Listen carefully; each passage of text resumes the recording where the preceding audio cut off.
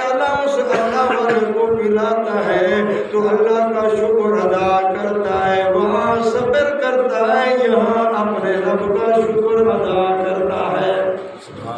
فرمایا صبر کرنے پر بھی اللہ جنت عطا فرماتے ہیں، شکر کرنے پر بھی اللہ جنت عطا فرماتے ہیں۔ فرمایا صبر کا بدلہ بھی جنت ہے اور شکر کا بدلہ بھی جنت ہے۔ وہاں اللہ والا صبر کرتا ہے اور یہاں شکر کرتا ہے۔ یا رب کریم کہیں تھپڑ لگوا لیتا ہے، کہیں گرم گرم دودھ پلوا لیتا ہے۔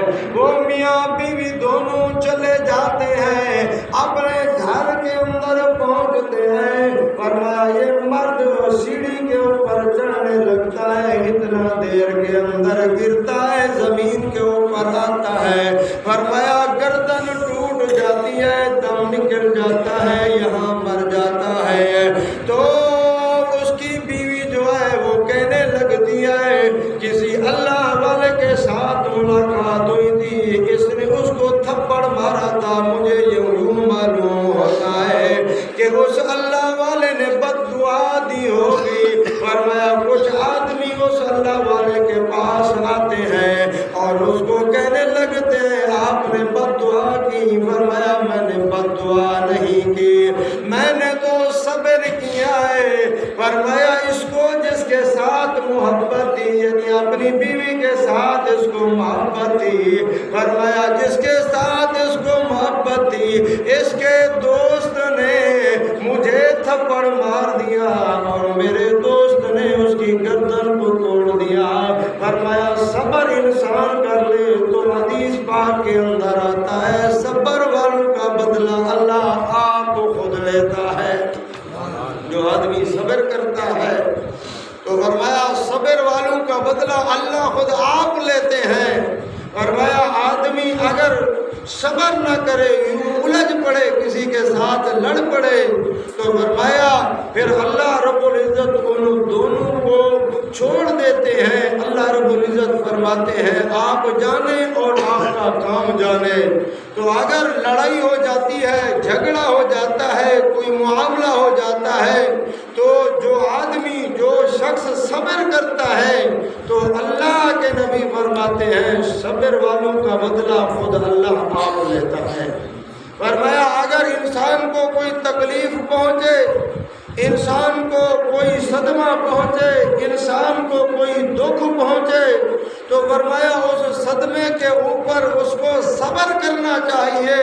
فرمایا جب یہ صبر کرے گا، اگر کوئی آدمی کسی کے ساتھ لڑ پڑتا ہے، اگر کوئی آدمی نے کسی کے ساتھ کوئی زیادتی کی ہے، فرمایا یہ آدمی یہ شخص صبر کر لے تو اللہ اس کا بدلہ خود آپ لیتے ہیں۔ جیسے اللہ نے اس شخص سے بدلہ لیا ہے تو اللہ رب العزت اس شخص سے بدلہ لیتے ہیں۔ جو آدمی خود الجھ پڑے، خود اپنے بدلے لینے کے لیے تیار ہو جائے تو پھر اس سے اللہ کی مدد اور نصرت اللہ اٹھا لیتے ہیں۔ پھر اللہ رب العزت فرماتے ہیں آپ جانیں اور آپ کا کام جانیں۔ فرمایا جو آدمی اپنے معاملات کو اللہ کے بھروسے پہ چھوڑ دیتے ہیں، جو آدمی اللہ کے بھروسے پر چھوڑ دیتا ہے تو اللہ اس کی مدد کرتا ہے، اللہ رب العزت اس کے لیے آسانی پیدا فرماتے ہیں، اللہ رب العزت خود اس کے لیے راستہ آسان فرما دیتے ہیں۔ یوں سمجھیں اللہ کے نبی حضرت ایوب علیہ السلام آزمائش کے اندر آتے ہیں، تکلیف کے اندر آ جاتے ہیں، اور اللہ کے نبی 18 سال اللہ کے نبی نے فرمایا آزمائش کی گھڑیوں کے اندر گزارا، اور آزمائش بھی چھوٹی موٹی آزمائش نہیں تھی، بہت بڑی آزمائش تھی۔ تو اللہ کے نبی حضرت ایوب علیہ السلام نے صبر کا پیمانہ نہیں چھوڑا، صبر نہیں چھوڑا، تو اللہ رب العزت نے وہ وقت بھی دکھا فرمایا ایک وقت تھا وہ بیماری کے اندر مبتلا تھے، ایک وقت تھا وہ تکلیف کے اندر مبتلا تھے، تو پھر اللہ رب العزت نے اس کی جو گریں تھی وہ کھولی، تو اللہ رب العزت نے پھر شفا دے کر اپنے نبی کو نوجوان بنا دیا۔ تو اللہ کے نبی ایوب علیہ السلام 18 سال بیماری کے اندر مبتلا ہوئے، تو ایک مرتبہ اللہ کے نبی کی بیوی حضرت ایوب علیہ السلام کی بیوی وہ یوں چل رہی تھی، چلتے چلتے ایک جگہ پر پہنچتی ہے اور وہاں دیکھتی ہے کہ ایک حکیم بیٹھا ہے۔ حقیقت میں وہ حکیم نہیں تھا، حقیقت میں وہ ابلیس تھا، شیطان تھا، وہ اس کو ورگلانے کے لیے آیا تھا، نبی کے گھر پر اٹیک کرنے کے لیے آیا تھا۔ اللہ اکبر کبیرہ۔ اللہ کے نبی کی گھر والی چلتے چلتے ایک مقام پر پہنچتی ہے، وہاں کیا دیکھتی ہے؟ وہاں ایک حکیم بیٹھا ہے جو دوائیاں دے رہا ہے، پوڑیاں دے رہا ہے، دوائیاں دے رہا ہے۔ یہ چلتے چلتے اس کے پاس پہنچتی ہے اور کہتی ہے میرا بھی شوہر کافی عرصے سے بیمار ہو گیا ہے، میرا گھر والا بھی بیمار ہے، میرا میاں بھی بیمار ہے، اگر آپ مجھے کوئی دوائی دے دیں، آپ مجھے کوئی پوڑی وغیرہ دے دیں، تو وہ دوائی دے دیتا ہے اور کہنے لگتا ہے میں آپ کو دوائی تو دیتا ہوں لیکن آپ سے پیسے بھی نہیں لوں گا، لیکن ایک شرط پر میں آپ کو دوائی دوں گا، جیسے آپ رب کو سجدہ کرتے ہیں اسی طرح مجھے سجدہ کر دیں۔ اللہ اکبر کبیرہ۔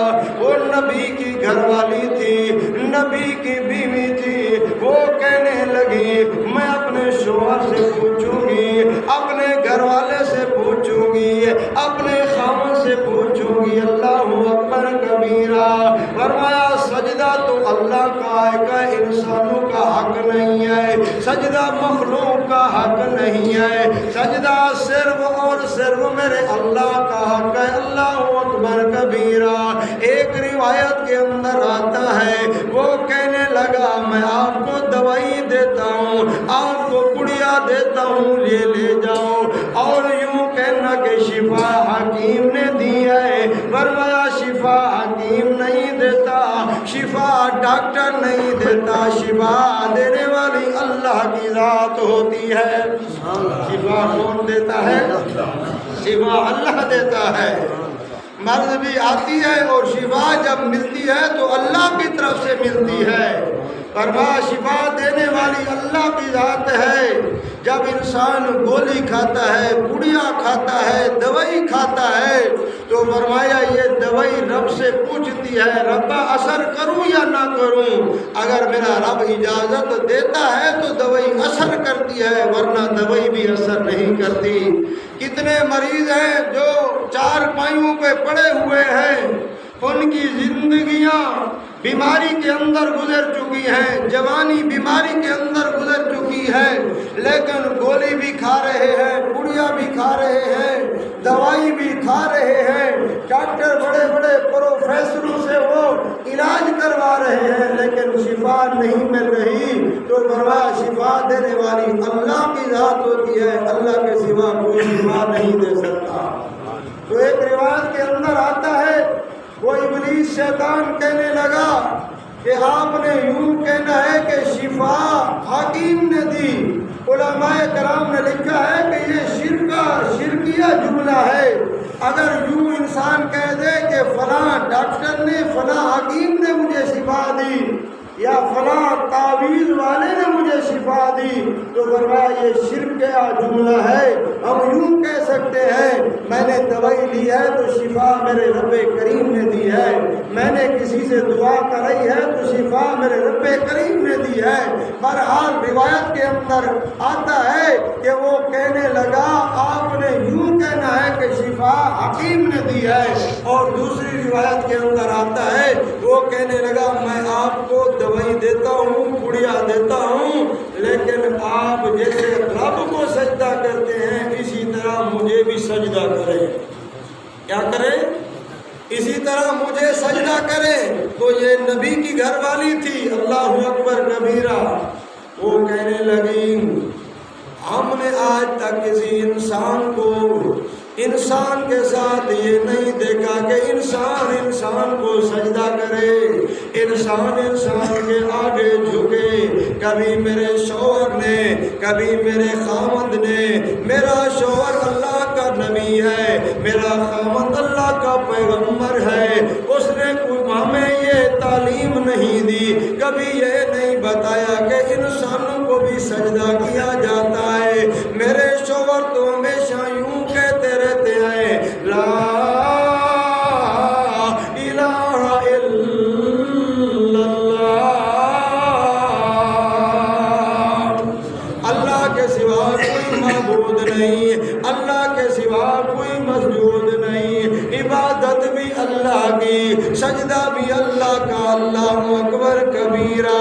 وہ یوں کہنے لگی میں اپنے شوہر سے پوچھوں گی، اپنے گھر والے سے پوچھوں گی، اپنے میاں سے پوچھوں گی، یہ کہہ کر چلی گئی اور اللہ کے نبی کے پاس آ جاتی ہے، اپنے شوہر کے پاس آ جاتی ہے، اپنے خاوند کے پاس آ جاتی ہے اور اپنے شوہر کو یہ بات بتاتی ہے میں فلاں جگہ سے آ رہی تھی، میں نے دیکھا ایک حکیم وہاں بیٹھا تھا، میں نے اس کو کہا پڑیا دے، دوائی دے، تو وہ یوں کہنے لگا جیسے آپ رب کو سجدہ کرتے ہیں اسی طرح مجھے بھی سجدہ کرے۔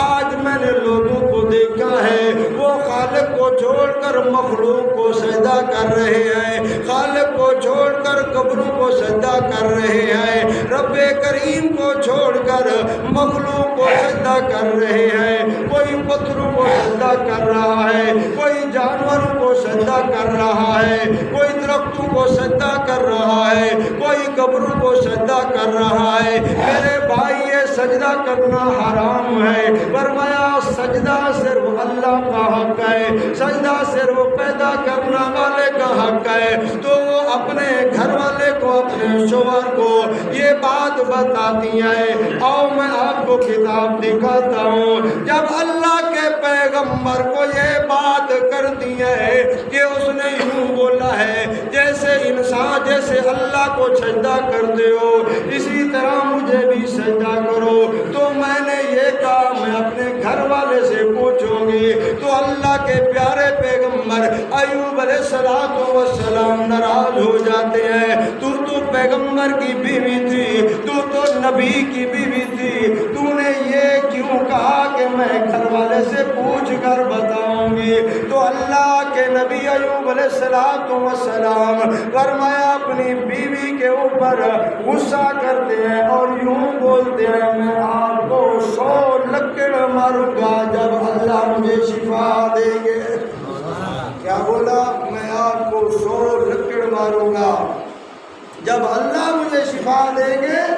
تو اللہ کے پیغمبر نے قسم کھائی اس بات پر کہ آپ نے یوں کیوں کہا کہ میں اپنے خاوند سے پوچھوں گی، یا یہ یوں کیوں کہا کہ شفا جو ہے نا حکیم دے گا؟ تو اللہ کے پیغمبر اس بات پر غصہ ہو جاتے ہیں، اپنی بیوی کے اوپر ناراض ہو جاتے ہیں۔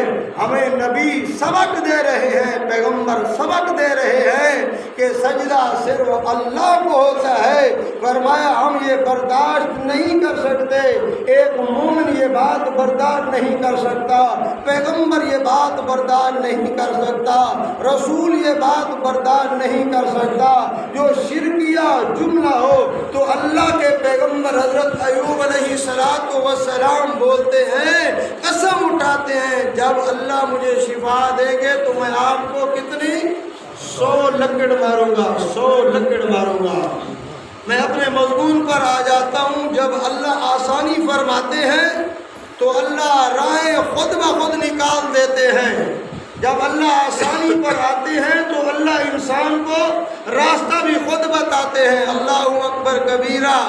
فرمایا اللہ کے نبی کو شفا ہو گئی، اللہ کے نبی کو اللہ نے شفا دی، اور پیغمبر نے وہ قسم اٹھائی تھی کہ میں آپ کو 100 لکڑ ماروں گا۔ اللہ اکبر کبیرہ۔ جب اللہ راضی ہوتے ہیں تو اللہ انسان کو خود راستہ بتا دیتے ہیں۔ جب اللہ غربت دور کرنا چاہتے ہیں تو انسان کو وہ سلیقہ سکھا دیتے ہیں۔ جب اللہ بیماری کو دور کرتے ہیں تو انسان کو وہ سلیقہ سکھا دیتے ہیں، آپ فلاں کے پاس جائیں تو میں اللہ شفا دے دوں گا۔ تو اللہ کے پیغمبر کو شفا ہوتی ہے، حضرت ایوب علیہ السلام کو شفا ہوتی ہے، اور اللہ کے نبی نے وہ قسم جو اٹھائی تھی میں آپ کو 100 لکڑ ماروں گا، تو اللہ یہاں اس عورت کے لیے، پیغمبر کی بیوی کے لیے اللہ نے راستہ آسان فرما دیا۔ ذرا آواز سے کہہ دے سبحان اللہ۔ اللہ رب العزت خود سکھلا رہے ہیں، اللہ رب العزت خود بتلا رہے ہیں۔ اللہ فرماتے ہیں میرے نبی آپ ایسا کریں، آپ چھوٹی چھوٹی یہ 100 لکڑیاں اکٹھی کر لیں اور ان کو اکٹھا باندھ لیں، جیسے جھاڑو ہوتا ہے، یا کچھ علماء کرام نے لکھا ہے جیسے مسواک کی لکڑ ہوتی ہے۔ اللہ رب العزت نے فرمایا اسی طرح کی، فرمایا 100 لکڑیاں اکٹھی کر لیں، اکٹھی کر کے آپ ایک ماریں گے تو تمہاری قسم بھی پوری ہو جائے گی۔ اور اللہ جب انسان کے لیے کوئی راستہ نکالتے ہیں، اگر اللہ یہ راستہ نہ بتاتے تو پیغمبر 100 لکڑ اپنی بیوی کو مارنے کے لیے تیار تھے۔ تو اللہ رب العزت جب انسان کے لیے راستہ نکالتے ہیں وہیں سلیقہ بھی سکھا دیتے ہیں، طریقہ بھی بتا دیتے ہیں، اللہ انسان کے لیے راستے آسان فرما دیتے ہیں۔ تو اللہ کے پیغمبر نے وہ 100 لکڑ اکٹھی کر کے اللہ کے پیارے پیغمبر نے ایک مرتبہ مارا تو قسم بھی پوری ہو گئی، اور اللہ نے اپنی فرمایا اس پیاری، فرمایا اپنی باندھی، اپنی پیاری، فرمایا اس عورت کے لیے اللہ رب العزت نے راستہ بھی آسان فرما دیا۔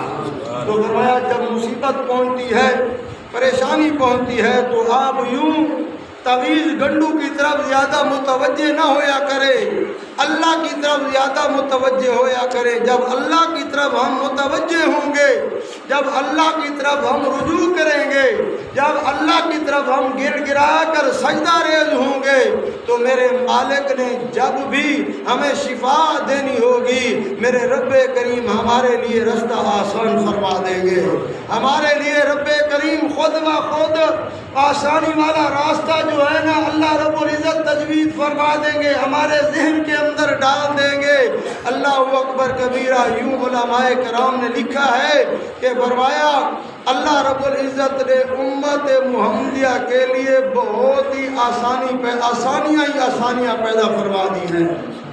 اللہ نے اس امت کو بڑے انعامات عطا فرمائے ہیں۔ فرمایا یوں یہ جو فرشتے بیٹھے ہیں یہ گناہ لکھنے والے اور نیکی لکھنے والے فرشتے، فرمایا کچھ فرشتے ہیں جو تیری میری انسان کی نیکیاں لکھتے ہیں اور کچھ فرشتے ہیں جو گناہوں کو لکھتے ہیں۔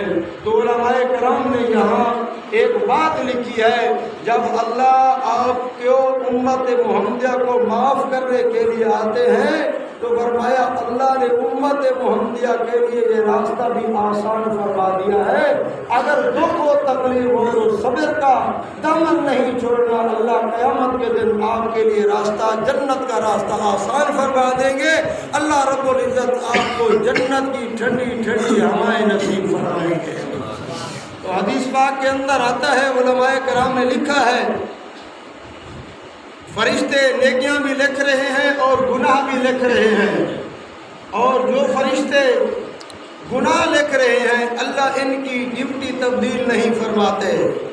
فرمایا اللہ رب العزت جو فرشتے گناہ لکھ رہے ہیں، ہم جو کرتے ہیں، اللہ رب العزت نے فرشتے بٹھا دیے ہیں، پہرے دار بٹھا دیے ہیں، وہ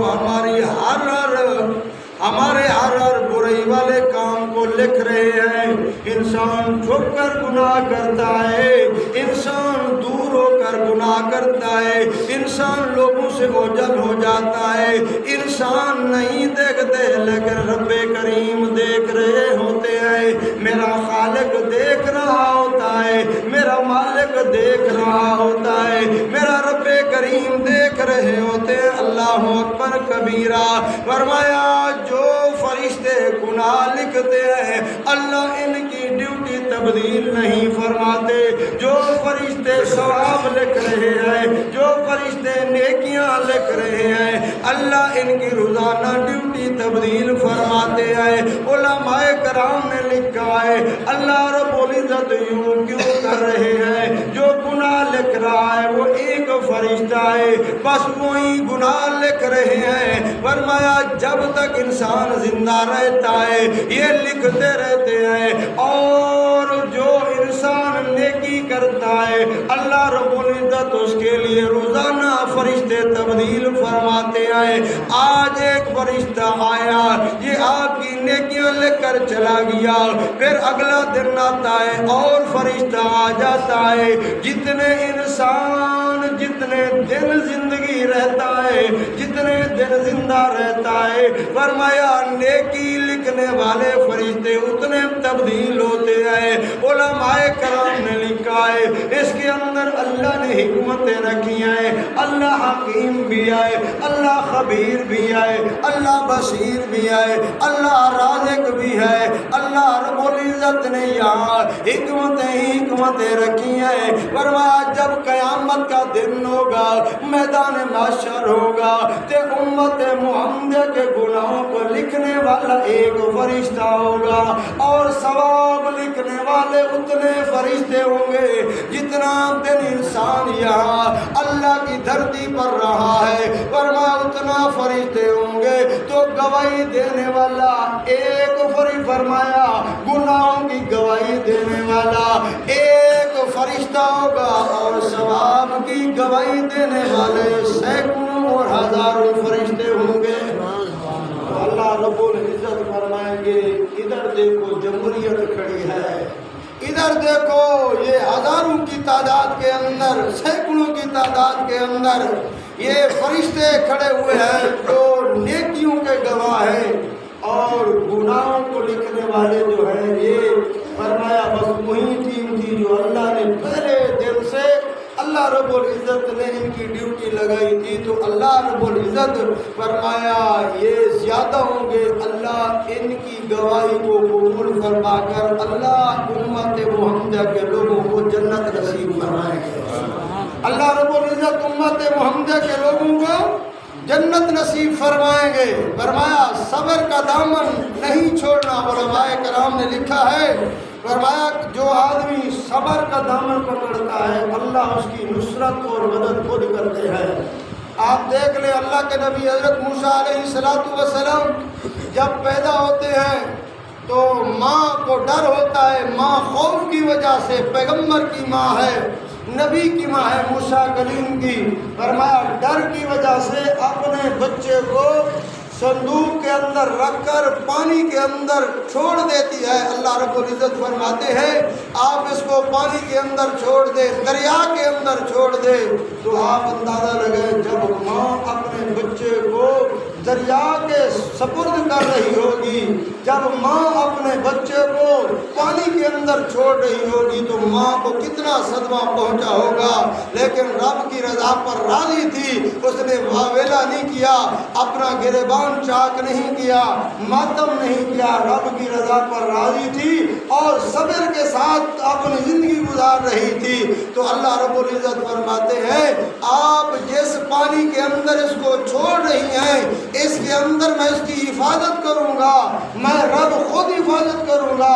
اور رب نے وہ وقت بھی دکھایا جب موسیٰ علیہ السلام یا پانی کے اندر جا رہے ہیں، یا وہ وقت بھی آیا جو وہی پانی فرمایا ان کے لیے اللہ رب العزت نے اس پانی کے اندر پھر سڑکیں اور راستے بنا دیے تھے۔ اللہ بتانا چاہتے ہیں، اللہ مجھے اور آپ کو بتانا چاہتے ہیں کہ پیغمبر کی ماں جب صبر کرتی ہے، ماں رب پہ بھروسہ کرتی ہے، پانی کے اندر چھوڑ کے اندر پانی کے اندر وطن چھوڑ کے چلی جاتی ہے تو وہ وقت بھی آتا ہے جب موسیٰ علیہ السلام دریا کے کنارے پہنچتے ہیں، فرمایا اپنا آسا پانی پر مارتے ہیں، وہیں پانی پر اللہ سڑکیں اور راستے بنا دیتے ہیں۔ فرمایا اللہ کے نبی حضرت ایوب علیہ السلام اپنا یعقوب علیہ السلام اور یوسف علیہ السلام کے واقعے کو دیکھ لو۔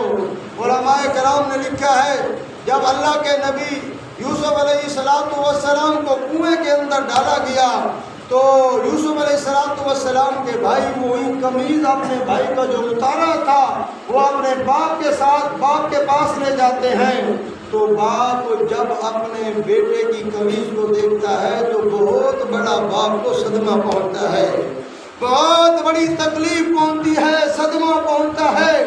تو پیغمبر وہاں کیا ماتم کرتے ہیں، پیغمبر کیا گریبان اپنا پھاڑتے ہیں، کیا پیغمبر وہاں واویلا کرتے ہیں؟ نہیں، رب کا قرآن شاہد ہے، رب کا قرآن گواہی دے رہا ہے، اور رب کا قرآن ہمارے لیے راستہ دکھاتا ہے، رب کا قرآن ہمارے لیے جنت کا راستہ لے کر آیا ہے، رب کا قرآن شاہد ہے، گواہ ہے کہ اللہ کے